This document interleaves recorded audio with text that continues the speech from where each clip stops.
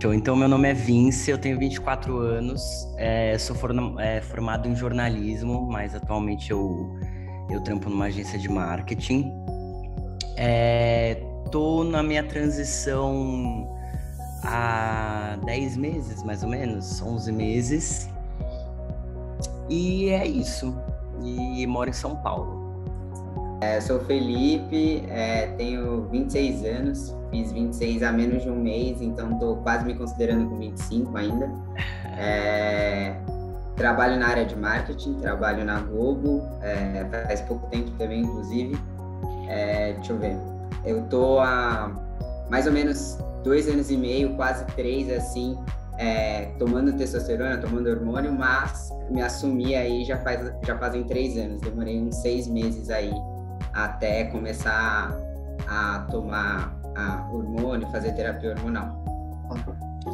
Meu nome é Leonardo, eu tenho 25 anos, eu sou designer gráfico, me formei em 2018, no mesmo ano que eu decidi me assumir trans, coincidentemente.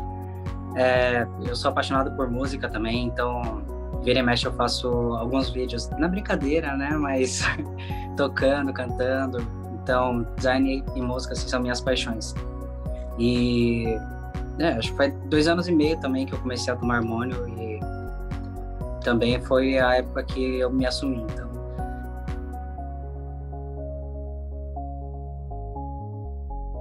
Eu não sou de São Paulo, né? Eu sou do interior de São Paulo, sou de São Carlos, e quando eu vim para São Paulo para fazer faculdade, eu entrei num coletivo feminista da minha faculdade, e nesse coletivo feminista, até por ter poucas pessoas que queriam trazer essa visibilidade para frente, a gente era um coletivo feminista e LGBT, a gente não tinha pessoas suficientes para montar um coletivo só de mulheres, assim, tinha que ter uma ramificação com LGBT, homens gays também, e aí, querendo ou não, as pautas se pluralizaram, sabe? Então, nesse primeiro momento, a gente fazia várias reuniões, e dentre essas reuniões, a gente conseguiu trazer um homem trans, que ele chama Adam, e o Adam veio conversar com a gente, assim, né? E aí, eu e meu melhor amigo, que é o Matheus, que também é um homem trans na época, a gente viu essa palestra do Adam e a gente ficou, tipo, muito bolado, assim, a gente ficou chocado nessa palestra, porque várias coisas que ele falou faziam muito sentido pra gente, e era uma troca que eu e o meu amigo, a gente tinha muito antes da gente se assumir trans, justamente porque a gente tinha uma facilidade de se entender, né, em relação a essas questões, e a gente trocava muito, do tipo, a gente vai para festas para festas que tinham uma pegada mais lésbica, e a gente se sentia desconfortável quando o estereótipo ou de uma mulher lésbica ou até mesmo as questões de um sexo lésbico como padrão, até porque é isso, né? Todo sexo parece que, independente de como você se relaciona, as pessoas colocam um padrão. Então, até no sexo lésbico colocavam alguns padrões e a gente se incomodava muito. E aí, depois dessa palestra do Adam, a gente começou a ir atrás, assim, questionar. E aí, eu e o Matheus, a gente trabalhava juntos também na mesma agência de publicidade na época. Ele se assumiu e eu me assumi depois de, tipo, 3 meses, assim, ele me deu uma super força. E eu acho que, assim, eu falo que o meu processo de me assumir trans foi muito mais fácil do que me assumir lésbica. Inclusive, tem, no meu ponto de vista, na minha história, tem várias ramificações até pelo machismo, né? Que, por exemplo, pro meu pai, ele ganhou um filho e para ele isso foi muito mais cativante do que quando ele recebeu a notícia que eu era uma filha lésbica, né? E até porque também teve um outro ponto de os meus pais, por exemplo, já terem passado pelo choque de eu não ser a filha que eles imaginaram na época. Então, assim, isso foi gradualmente. E também, nessa época, eu já estava fazendo planos aí para, quando eu me assumisse trans, não precisasse depender dos meus pais. Então, desde então, tipo, eu sou independente e isso facilitou com que o processo para mim fosse mais leve, né? Porque eu acho que tem esse problema interno de você se entender, mas depois que você se entende, é uma coisa que, assim, não tem escapatória de ficar bloqueado em relação a isso, assim. Esse é o meu sentimento, sabe? Mais ou menos isso, assim. Eu sou novinho, né, nessa questão de transição, faz menos de um ano que eu tô nesse processo. A minha jornada de descoberta, eu comecei a me questionar quando eu tinha mais ou menos uns 21 anos. E eu fui, de fato, ter certeza absoluta quando eu tinha 23, e hoje eu tenho 24. Até os 19 anos eu não sabia nem o que era uma pessoa trans, assim. Tipo, o Fê e o Matheus, que ele mencionou aí, o melhor amigo dele, foram uma das primeiras pessoas que eu convivi, né, que a gente fazia a mesma faculdade na época, pessoas trans, né, que eu convivi. E aí, eu comecei a me questionar isso quando eu tinha, né, os 21 anos, mas foi um processo muito longo. Então, dos 21 aos 23, eu fiquei nesse questionamento. Não foi uma coisa muito fácil de eu concluir. Deixa eu ver o que mais que teve de relevante nessa jornada. Assim, eu tinha um apego muito grande, é uma coisa que, assim, eu não vi sendo falado.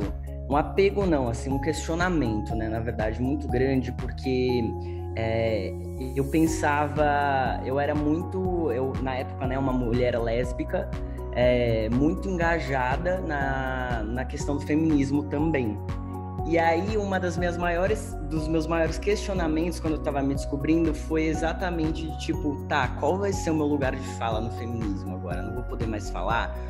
E eu venho de uma família que tem questões muito pessoais, com defesa da violência contra a mulher, feminismo, etc.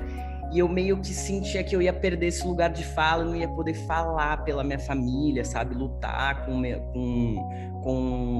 a mesma autonomia de antes. E essa foi uma dos meus maiores questionamentos na hora de fato ter certeza, eu sou um cara trans, assim. Então eu passei por um período de acompanhamento psicológico, né? Eu tive acompanhamento psicológico, de muito autoconhecimento. O Fê, inclusive, o Léo, foram duas pessoas muito importantes em todo esse processo, eles me ajudaram muito. E aí, no começo do ano passado, eu resolvi me assumir. Era uma coisa que só minha ex-namorada sabia, ninguém mais sabia a questão da minha transexualidade. Eu resolvi me assumir porque eu estava me mudando de país. Eu falei, vou me mudar de país e vou me assumir e ninguém nunca vai poder falar nada, sabe? E aí eu tive a grande ideia de me assumir 2 semanas antes de eu pegar o voo e ir embora. Só que eu não estava esperando com o coronavírus. Então, assim, o meu plano foi pelo ralo. Eu me assumi e 2 semanas depois descobri que eu ia ter que ficar, de fato, no Brasil, morando na casa da minha família e com todo mundo aqui.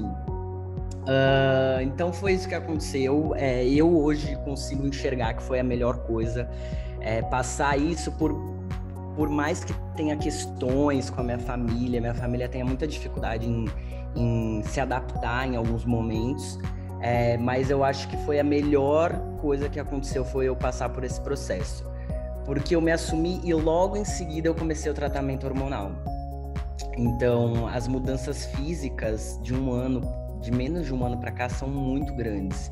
Então, eu acho que teria tido um distanciamento muito grande da minha família se eu estivesse fora passando por isso. E aí hoje estou aqui passando por esse processo junto da minha família. Graças a Deus eu sou uma pessoa que eu tive muito privilégio de não ter uma família que me como que fala? Que me desaprovou, né? Que foi preconceituosa e tal. Claro que cada um tem as suas questões, o seu tempo, né, de adaptação, mas eu digo que eu sou um cara muito privilegiado porque esse não é o padrão de família que a gente tem hoje no Brasil e no mundo. Eu, desde adolescente, né, acho que é a típica história, depois da puberdade, a gente vai se sentindo estranho com o nosso corpo, E na escola, não importava quantos graus estava fazendo lá fora, eu ia sempre de moletom, em cima, moletom na calça, e usava boné, né, porque eu tinha cabelo grande. E era uma coisa que eu me sentia muito desconfortável, mas eu nem conhecia ainda esse mundo trans, né? Eu fui descobrir, eu acho que com mais ou menos uns 15, 16 anos, e desde então eu já virou uma chavinha assim na minha cabeça, pensando, cara, é isso, né? Aí eu fiz todo o planejamento, eu contava para os meus pais, escrevi uma cartinha, com o apoio da minha ex-namorada, mas eu não tive coragem de mandar. Até porque eu sabia qual ia ser a resposta deles, né? Tipo, você é muito jovem, você não sabe o que você tá fazendo e tal. Então, esperar. Então, eu acabei fazendo isso, esperando. E até 2018, né? Que foi o ano que eu não conseguia mais agir em desacordo, assim, com o que eu realmente era. Então, eu decidi me tacar nesse mundo de vez e ser sincero comigo e com os outros, né? Não foi um processo fácil. Eu fiquei justamente... acho que foi o Fê que falou que foi menos pior do que se assumir como lésbica. Pra mim foi o contrário. Tipo, eu já fiquei com uma ideia de, meu Deus, eu já me assumi lésbica, imagina agora me assumir trans, né? E realmente, tipo, foi muito complicado. Eles não entenderam na hora, assim, minha mãe chorou. Meu pai falou que nunca ia me ver como um homem de verdade, mas graças a Deus também eu tenho uma família maravilhosa que, apesar desse preconceito, né, esse medo de não saber o que ia acontecer comigo, eles foram mudando a ideia, entendendo melhor, né, conforme foi acompanhando minha transição e tal. E um fato, eles moram em Portugal, né, então eles vêm pra cá de vez em quando e...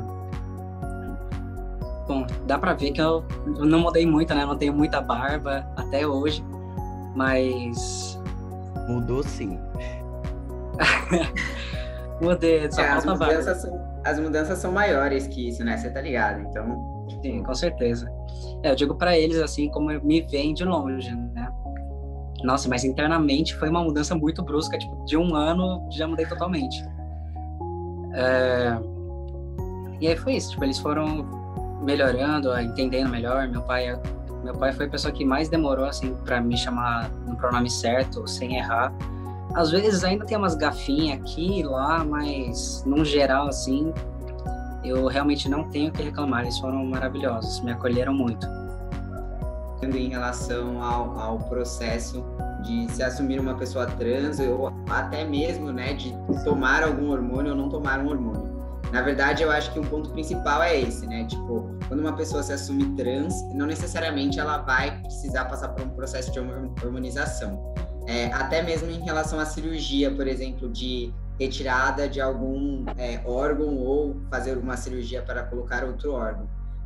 São situações, assim, um pouco diferentes. Então, por exemplo, um processo de uma pessoa trans que, por exemplo, o transdiário, né? O Luca Najar, que são pessoas aí influentes em relação às suas transições.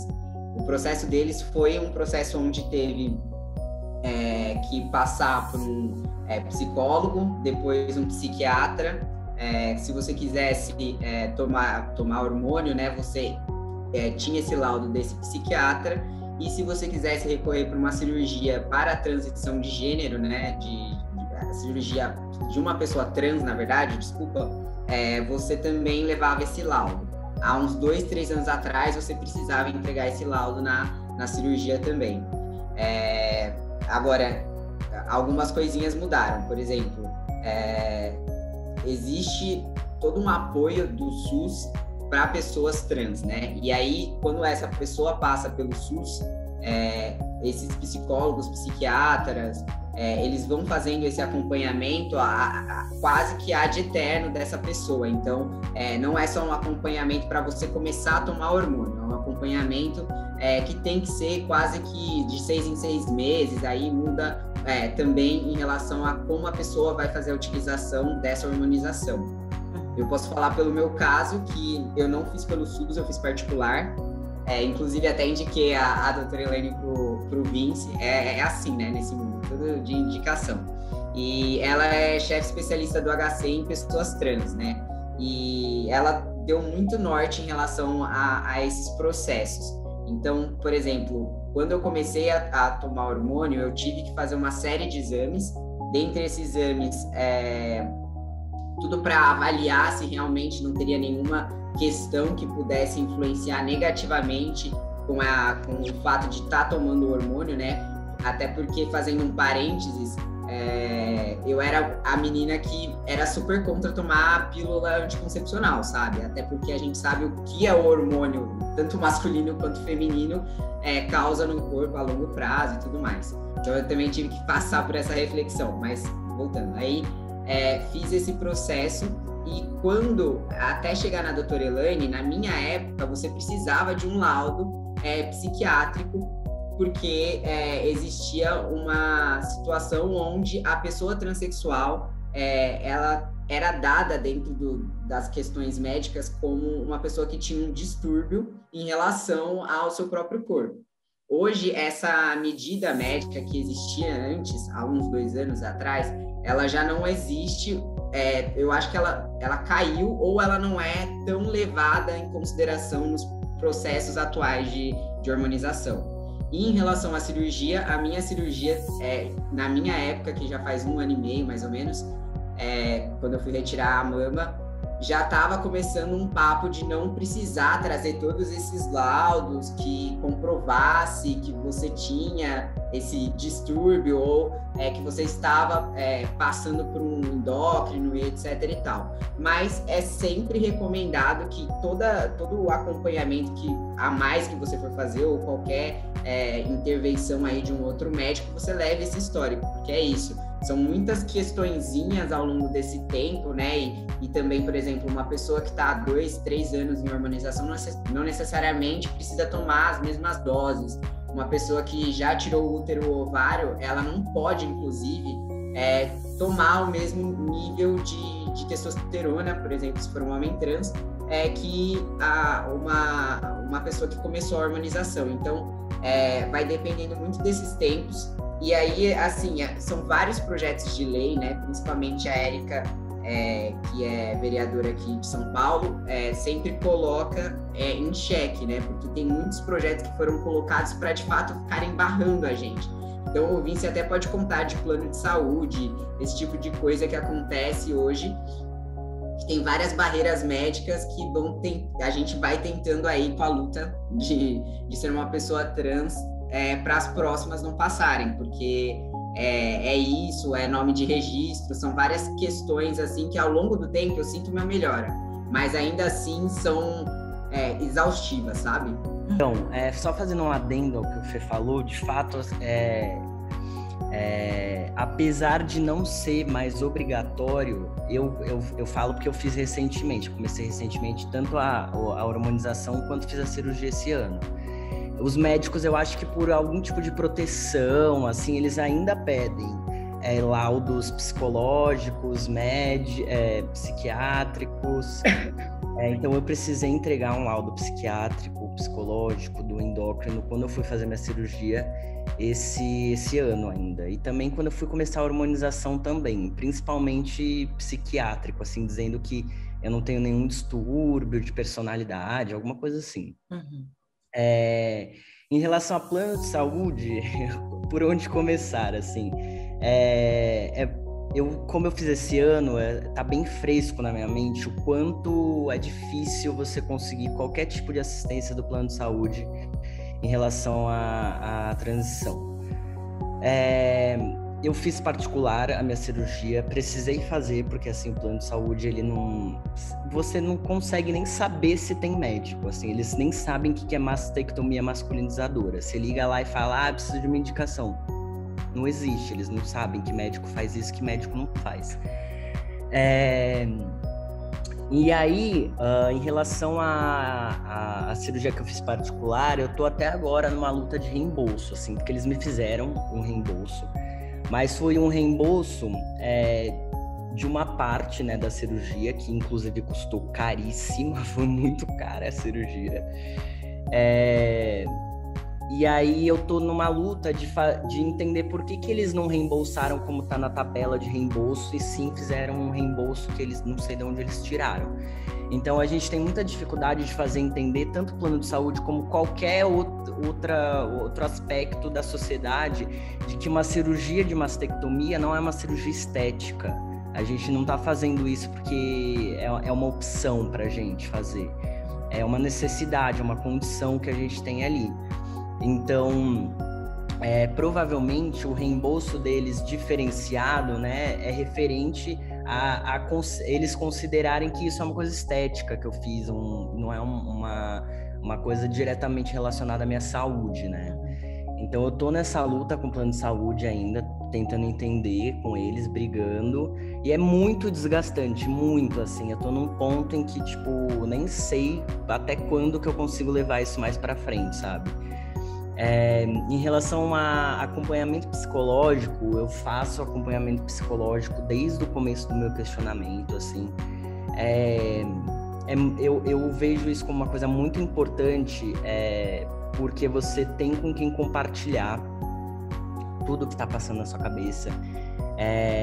E eu sempre falo para outros meninos trans que vêm falar comigo que o ideal é você pegar uma pessoa que já tem experiência com pessoas trans.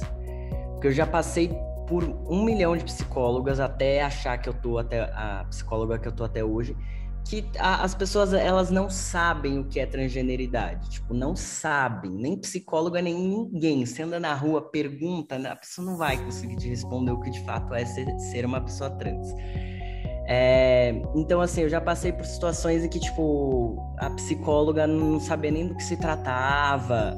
E aí, para mim foi muito desgastante também no começo, porque eu ia, sei lá, fazer a primeira consulta com 3 psicólogas por semana, explicando a mesma coisa, até eu achar a psicóloga ideal, que eu tô até hoje, que atende várias pessoas trans, que conseguiu conduzir esse processo de uma maneira experiente, profissional. Então, assim, é bem desgastante todos os aspectos desse processo de transição, assim. Mas eu ainda acho essencial você ter um acompanhamento, que é uma maneira de você compartilhar, e assim, como as mudanças elas vão acontecendo, e elas não são só físicas, principalmente são sociais, psicológicas, emocionais. Então é de extrema relevância que você tenha alguém experiente do seu lado que possa conduzir isso da melhor maneira com você. Não. E talvez você não ter um pênis, se você não conseguir fazer uma cirurgia lá, que também não é, obviamente, um pênis de um homem cis, vai causar essas frustrações. Então, esse acompanhamento tem que ser, assim, eterno, assim, para uma saúde, né, mental.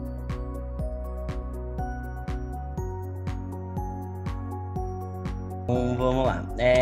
Quando eu comecei a me questionar, só a minha ex-namorada sabia. E só ela ficou sabendo por muito tempo, assim. Até eu não queria compartilhar isso com ninguém, nem com a minha melhor amiga, porque não era uma certeza, assim. Eu queria ter certeza antes.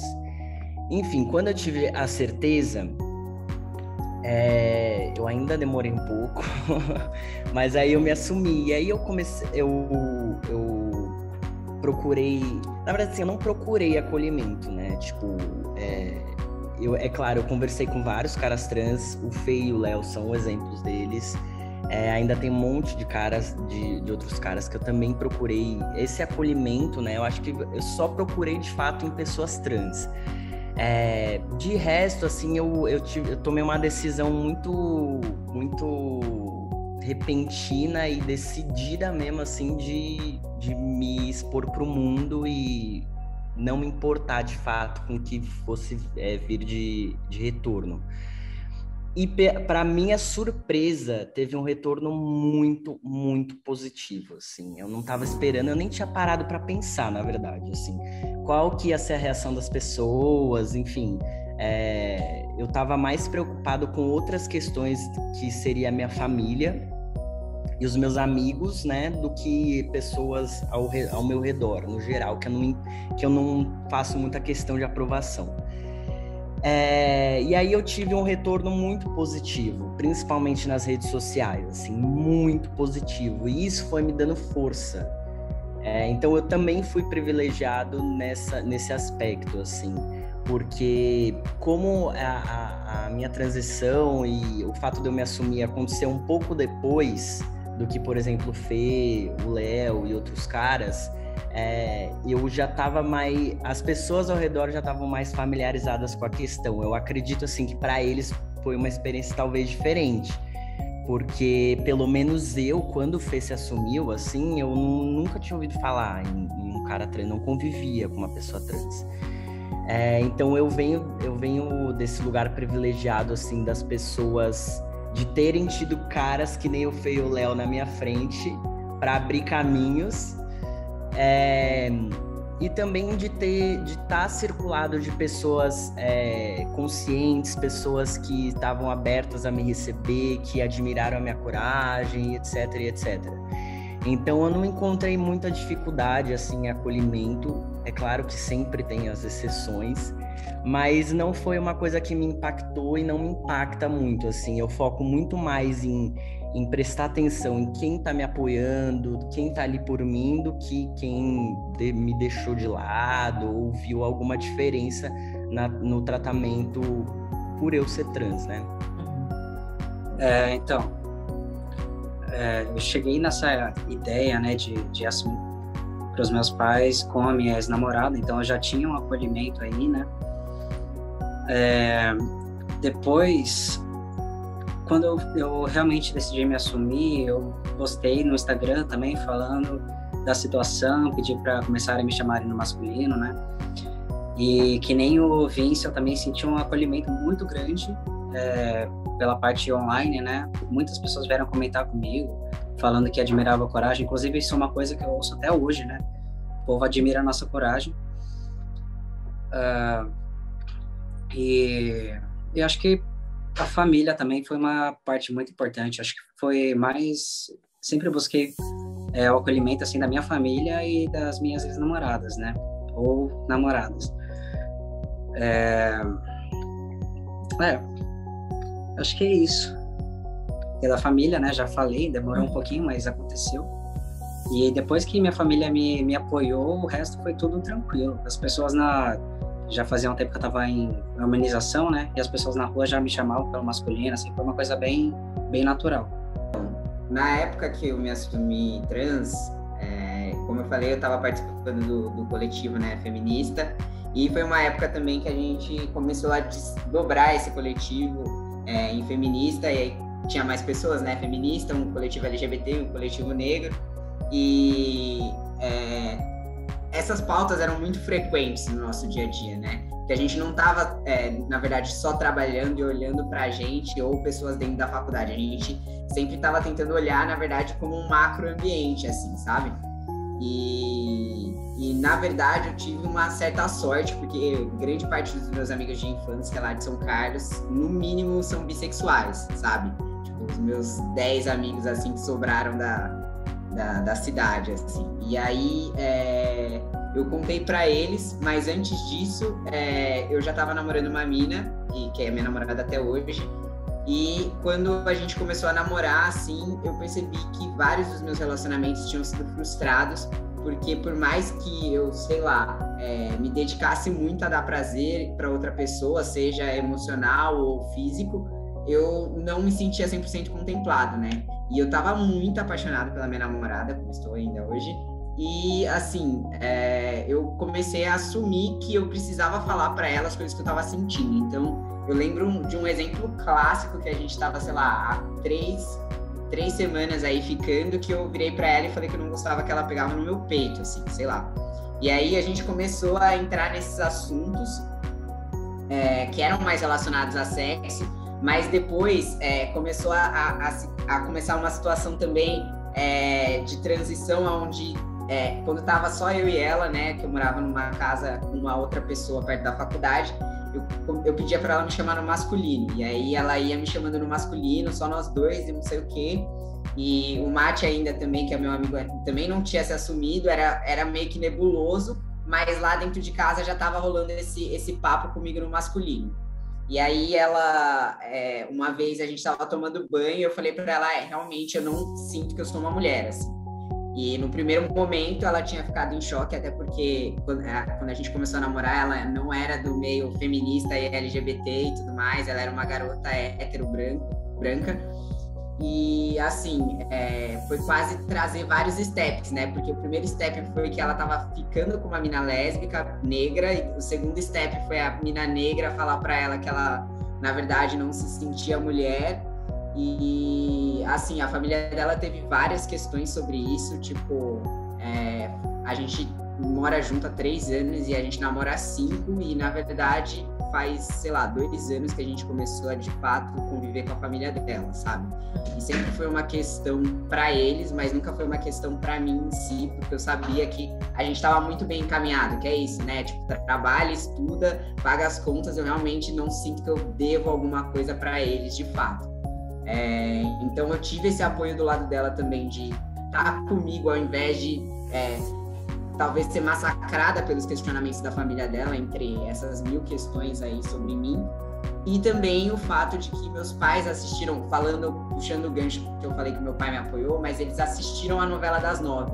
Então eu lembro certinho que eu ia ver eles no final de semana, que eu ia para São Carlos e ia contar. E aí eu não fui, e do nada eu quis ligar para eles para contar, assim, tipo, foi zero planejado também. Eu liguei e falei, preciso falar uma coisa pra vocês. Comecei a chorar, não consegui falar nada, e no final meu pai virou e falou assim, eu sei, você é trans, que nem o cara da novela. E aí eu, tipo, quase caí pra trás, eu tinha saído da academia, tipo, sabe, foi uma coisa assim, zero planejamento, não sabia que ele sabia. Ele virou e falou assim, eu tava esperando você vir falar comigo, porque tudo que eu vi na TV, eu vi das nossas discussões sobre ser uma mulher, tipo, lésbica, vi o quanto era essa questão na novela, tipo, não era sobre isso, era sobre uma pessoa trans, e aí a gente começou a identificar você, e aí ele, tava preparado pra situação, sabe? Eu acho que ele tava, tipo, aguardando o momento, porque ele falou isso. Aí ele falou assim, eu já inclusive vi que em São Paulo tem os meninos bom de bola, que é um grupo de moleques que joga futebol e são trans. E assim, tipo, eu acho que ele se preparou, mas também é porque o meu processo de me assumir como lésbica foi um processo quase que de violência mesmo, né? Foi um processo que eles não sabiam, eu não contei, e eles descobriram numa cidade de interior, que é São Carlos, que todo mundo, sei lá, o homem vai pra balada de botina e fivela, sabe? Tipo assim, é 100% machismo lá. Então, para eles descobrir isso, foi como um tiro. Então, passando esse tempo, indo num psicólogo também, fazendo esse acompanhamento como uma pessoa dentro da diversidade, eu acho que ficou mais fácil nesse sentido, sabe? E o apoio que eu vejo das mídias sociais divulgando essas outras pessoas que existem. Acho que foi mais ou menos isso, resumidamente. Para mim foi muito importante. Eu ter outros caras trans ao meu redor, ter conteúdo, apesar de não ser um conteúdo completo, ainda não é assim. Ainda tive muitas questões que eu tive que entender e digerir sozinho. Um exemplo é essa que eu falei sobre o lugar no feminismo, que eu não até hoje eu ainda tenho muitas dúvidas. Não existe conteúdo, as pessoas não falam sobre isso, sobre homem. Todo mundo discute muito sobre mulher trans e feminismo, né? Adoram bater boca sobre isso. Agora, entender qual que é o lugar, qual que é a vivência de um homem trans em relação ao feminismo, eu não vejo até hoje. E foi uma das questões que mais me pegou. Então, é por isso que eu tô sempre tentando produzir conteúdos que eu não achei na minha época nas minhas redes sociais. Então, eu vejo isso de uma parada de extrema importância, assim, porque cada um tem os seus questionamentos diferentes, né? E aí eu fiquei super feliz que outro dia um cara trans veio com esse mesmo questionamento do feminismo. Eu falei, olha, tá vendo? Ainda bem que eu falei sobre isso. O Vinci também tem um ponto muito massa que começou a ter uma abertura agora, que é sobre falar sobre pessoas trans com classe social mais baixa, né? Porque é isso, tipo, a hormonização, o processo de se assumir trans, ele é muito mais fácil para nós três que tá aqui, assim, tipo, assim, em inúmeras facetas, mas não só pelo fato financeiro, mas também pela representatividade, pelo acesso, que nem a gente estava falando, né? Pelo acesso a esses conteúdos. Então, tipo, tem muitos moleques pretos que são trans e que, assim, você vê a trajetória dos caras, é totalmente diferente, assim, da nossa realidade hoje, do que a gente estava contando para vocês. E eles não têm uma persona, né? Porque, por exemplo, eu até...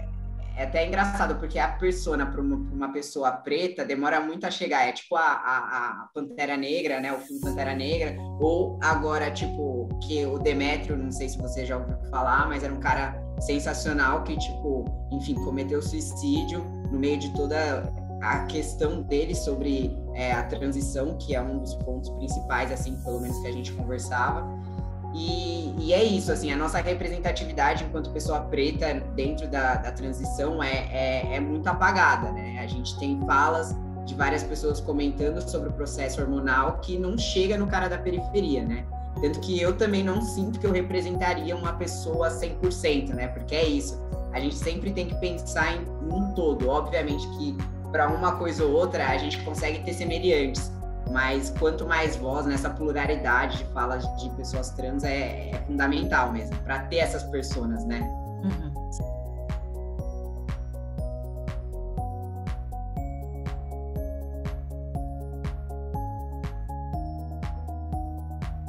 Bom, para mim, o pior momento, eu nunca vou esquecer, foi uma coisa, sei lá, hiper violenta mesmo, que foi quando eu tava indo pra balada, né? A balada era LGBT e eu já tinha me assumido trans, tá? Eu tava usando binder, né? Que ainda não tinha feito a cirurgia.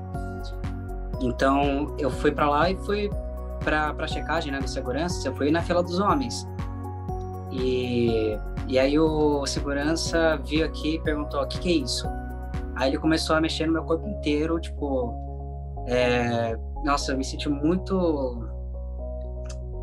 Sei lá, pra mim foi um abuso, assim, eu me senti violentado. E esse, pra mim, com certeza foi o pior momento, que nenhum outro vai bater. E o melhor momento, eu acho que foi, por ser mais recente também, foi quando eu fiz a cirurgia, né? Que pra mim foi uma coisa que me atrapalhava demais, que me deu um plus, assim, de confiança extrema, assim, depois da cirurgia. Foi a melhor coisa. Eu acho que o meu, muito parecido com o do Léo, o meu pior momento, na verdade, que isso acontece sempre, né? Esse violamento de pessoas trans em eventos sociais. E aí eu acho que o meu pior momento foi realmente quando eu fui entrar numa festa e eu já tinha uma aparência masculina, né? Que dentro do universo de pessoas trans a gente fala que é passível, né? Então eu tinha já essa aparência mais masculina, levando em consideração a situação da sociedade, né? Do que é masculino, mas eu fui numa festa e meus documentos ainda estavam com o nome de registro como Júlia, e foi muito louco porque a pessoa da festa não queria deixar eu entrar, e ela não queria deixar eu entrar, inclusive era uma festa lésbica, e a mulher não queria deixar eu entrar por nada, assim, e eu, tipo, comecei a brigar com ela, falando, tipo, o que você quer que eu faça? Até chegar num ponto que eu tive que falar pra ela, assim, realmente você quer ver se eu tenho uma buceta, desculpa falar assim, mas pra que, de fato, eu te prove que, assim, eu sou uma pessoa trans, e eu acho que é todo aquele cenário das pessoas duvidarem se você é um homem ou se você é uma mulher, e aí você tem que provar, e é sempre uma exposição do seu corpo, né? Então, essa prova, muito igual o que o Léo falou, assim, nesse sentido de violação, é isso, assim, você tem que ficar provando, e aí depois provar que você é um homem, mas aí depois provar que você é um homem trans, e aí você nunca é suficiente. Enfim, foi uma situação muito parecida nesse sentido. E eu acho que o momento, assim, mais feliz, assim, dos últimos tempos é, de fato, estar conquistando a família da minha namorada, porque é isso, assim, a gente tá há 5 anos no relacionamento, com 3 morando juntos, e desses 3 morando juntos, a mãe dela, sei lá, veio pra nossa casa 2 vezes, E é muito louco também, porque a mãe dela, tipo, tem várias situações que ela é muito parecida com a minha namorada. Então, eu acho que eu sempre falava assim, basta uma oportunidade para ela me conhecer, sabe? Então, por exemplo, o aniversário da minha namorada foi ontem e a gente tava super organizando uma situação para que a gente conseguisse se ver à distância e promovesse um encontro, sabe? Então, eu acho que a pandemia, nesse sentido único e muito singular, porque o resto é péssimo, fez com que ela começasse a refletir o quanto que ela estava perdendo, não só da vida dela, mas da oportunidade de conhecer uma outra pessoa, né? E essa troca que a gente está tendo nos últimos tempos me emociona muito, assim, porque não é uma troca que eu já estava esperando, sabe? Porque depois de passar muito tempo, a gente simplesmente let it go, né? Mas eu sou uma pessoa muito aberta a, tipo, reconcílios, então foi muito importante, assim, uma das coisas mais felizes, assim. Específica que eu tenha passado, principalmente porque eu me assumi trans no início da quarentena, então, assim, tipo, eu não tive muitas situações sociais. Claro que sempre, assim, eu mudei faz pouquíssimo tempo meus documentos, sempre tem as situações desconfortáveis em relação ao nome, então das pessoas ficarem te chamando do nome errado, de não entenderem, mas eu acho que uma das situações mais difíceis para mim, que não é uma coisa específica, mas é a solidão da pessoa trans, assim, principalmente no processo de transição. Então, quando, assim, eu tenho o privilégio de ter uma família que não se opôs, que não me discriminou, me violentou, mas cada um tem a sua maneira de lidar, né, com isso. Então, a minha mãe, ela lida de uma forma muito mais reclusa, então ela não participa ativamente da minha transição. Então eu me sinto muito sozinho, agora menos, né? Mas no começo eu me sentia muito sozinho, porque assim que eu me assumi também, eu terminei meu namoro. Então, para completar, assim, a minha ex, que passou comigo todos os processos de entendimento e de me assumir, a gente rompeu bem quando eu me assumi, então eu fiquei sozinho demais. E aí você passa por várias questões, assim, seu rosto vai mudando, sua vida vai mudando completamente, você não ter com quem compartilhar isso. Porque a minha mãe, ela é totalmente reclusa, eu tenho 2 irmãos que são crianças, então eles não me perguntam sobre. Meu pai, eu não tenho uma relação ruim com ele, mas uma relação muito distante. Então, assim, raramente ele me pergunta também. Então, acho que a parte mais difícil foi passar por essas conquistas e celebrar sozinho e não ter para quem falar, ver uma coisa nova e não ter com quem compartilhar e ter que gerir isso sozinho. Mas por um lado foi bom, né? Porque eu aprendi que eu sou autossuficiente, que eu tô aqui por mim mesmo e não preciso de ninguém para estar feliz e celebrando as minhas conquistas. E eu acho que a parte mais feliz e legal, assim, da transição foi eu ver todo o apoio que eu recebi de pessoas que eu nunca ia imaginar que me dariam apoio, assim. Então esse apoio da internet eu achei assim, porque de fato foi uma coisa que eu nem pensei.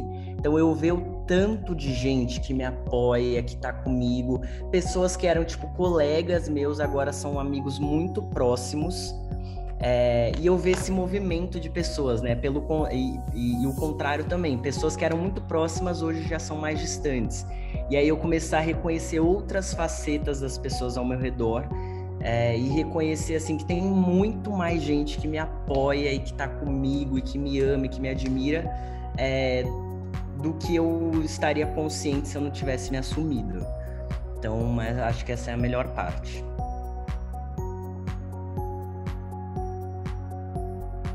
Uma das coisas mais preciosas que eu adquiri no meu processo de transição foi justamente o que eu acabei de compartilhar. Foi essa autossuficiência que eu consegui. Então, assim, a gente não precisa da aprovação e da validação de ninguém para ser quem a gente é, para seguir o nosso caminho. A gente tá aqui por a gente vem pro mundo sozinho, vai embora sozinho também. Então, a validação mais importante, o apoio mais importante que a gente tem na nossa vida é o nosso próprio apoio, a nossa própria validação. Então, não fique dependente da ajuda e do apoio das pessoas ao seu redor, porque você vai ficar refém disso. Você precisa conquistar a sua autossuficiência e ter orgulho, assim, o maior orgulho de quem você é e do seu processo, porque é isso que te basta, é isso que vai te dar força para seguir em frente. O que o Vince falou completa muito, mas um ponto que eu acho importante também é falar sobre, como que eu posso dizer? Sobre você, de fato, entender que você é um indivíduo, sabe? E as pessoas como indivíduo, elas vão ter inúmeras questões que vão ser reavaliadas várias vezes e que é normal passar por um processo de reavaliar o que você está sentindo e como você se sente em relação a você mesmo. Então, é importante que isso aconteça não só na hora que você se questiona sobre ser uma pessoa trans ou não, mas também durante essa transição, para você claramente ir se aproximando do que você deseja, sabe? Porque é isso, eu não acho que a gente vai alcançar, como nenhuma pessoa cis vai alcançar todos os pontos que ela deseja ser como pessoa física ou intelectualmente falando. Mas é preciso olhar para esse lado interno seu e sempre entender que vai acontecer essas mudanças e que esses questionamentos vão ser bons para esse processo que você quer chegar, sabe? Eu acho que é nesse sentido. É muito individual, né? Mas apesar de eu ter concordado com os dois que falaram, eu acho que apesar de individual, você pode sim contar com alguém que já passou por isso, pesquisa alguém, vai, manda mensagem, pede alguma indicação.